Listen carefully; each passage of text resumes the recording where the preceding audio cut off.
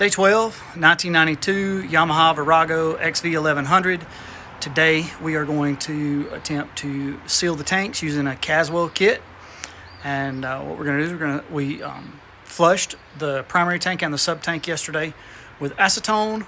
We're going to blow those out with an air hose, try to get as much debris out as possible before we seal them. Then we're going to plug everything up and then mix up the sealer, drop it in, shake it all about, hokey pokey style, and hopefully everything comes out. Here we go.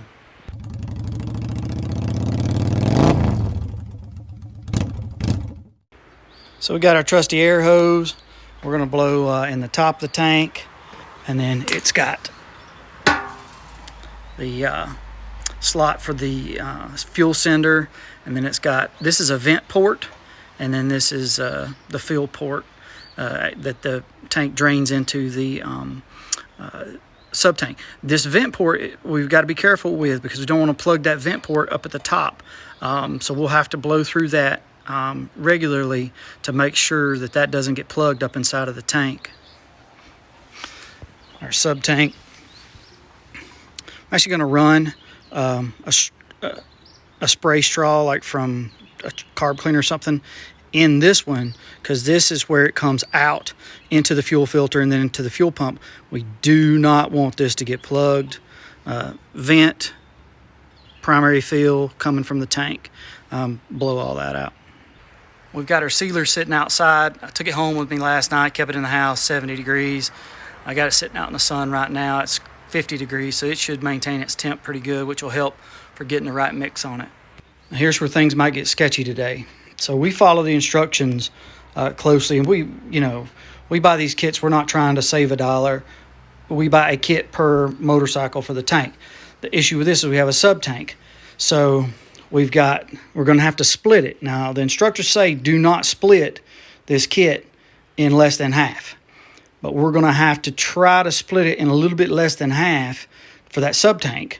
So that we've got plenty of time to shake that sub tank around and then mix the rest of it up to do the primary tank. This is that straw that I've kind of reserved for the lower exit on the sub tank that goes over the fuel filter leading to the fuel pump.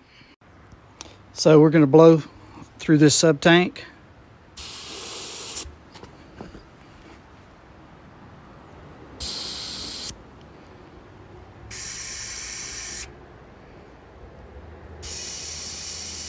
Everything's blowing through nice, and listen, there's no debris in there. Everything is as dry and clean as it can be leading into adding the sealer. It's the same thing here with the primary tank. Just really trying to get as much air into these areas as possible just to clean everything out.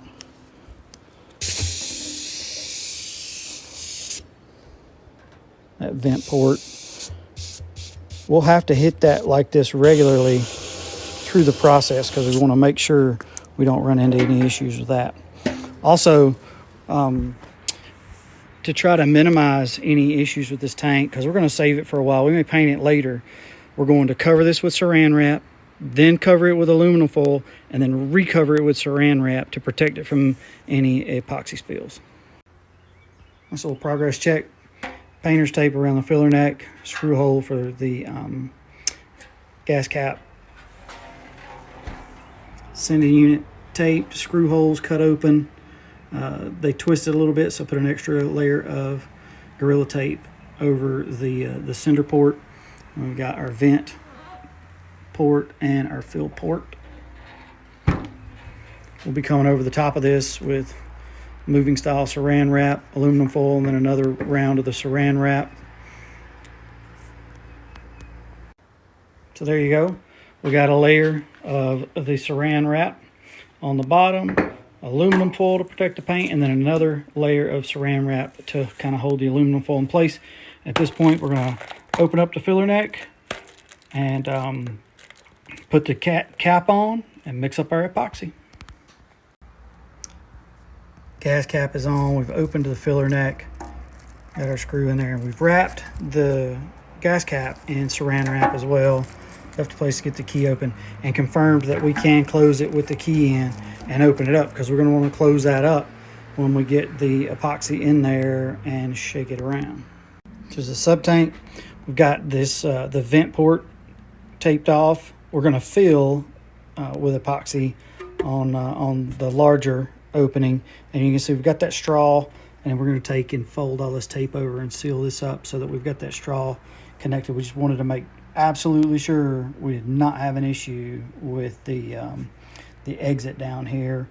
Once we pour the epoxy out of this one, we're going to tip it up like this in probably in that vise there, so that any excess kind of drains down into this corner down here that's not, can't risk plugging anything.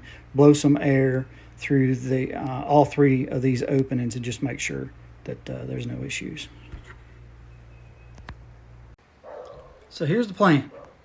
I got my dad is actually going to help offer a hand, and he's going to shake the sub tank while I do the primary tank. And when I say shake, I mean just kind of move it around, almost like a rotisserie, if you were cooking a barbecue or something. We're going to mix up all of it, put it all in this container here, and then we're going to pour probably the first 6-ish ounces into the sub tank, and we're going to pour the rest in the primary. Rotate it around just like a rotisserie. Instructions say do that for several minutes, so we're going to do that for 5-6 minutes, and then we're going to start easing some pressure into all the openings to make sure we keep all the ports clean, and the cure time's around 30 minutes. No fuel for at least 36 hours. We're going to let that sit for a few days. All right, so it seems like we've got really great coverage. We've got our sub tank kind of tilted to this way so that the epoxy will kind of collect down in here. We keep blowing out all three of our ports on it to make sure they stay clear with no clogs. Same thing over here with the tank, blowing through the vent port and then the fill port, and you can see where the sending unit goes. And we're trying to keep those screw holes clean.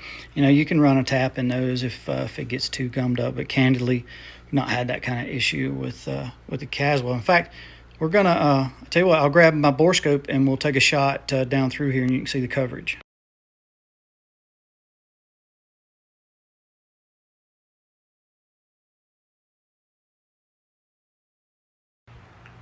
All right, so couldn't do the full video of my borescope there, so I just took a few shots. Many thanks to the 12th Command Chief of the Air National Guard, Mr. Ron Anderson, for suggesting I get a borescope. Came in handy today.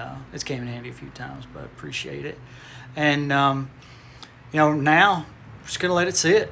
We've got the sub tank tilted in a way to where we feel like everything's clear. We've been blowing through all three ports on it. Everything's clear. Same thing with the tank. We got it tilted at an angle where any excess isn't going to build up in a place that would clog anything. It's just kind of hurry up and wait now. We're going to give this several days because we're in no rush to fuel this up. We can run that bike on our little pit stop tank as long as we want. So there's no rush to add fuel to this. We're going to let it sit up for a while and call that a good tank, sub tank, and primary tank seal job using a Caswell kit.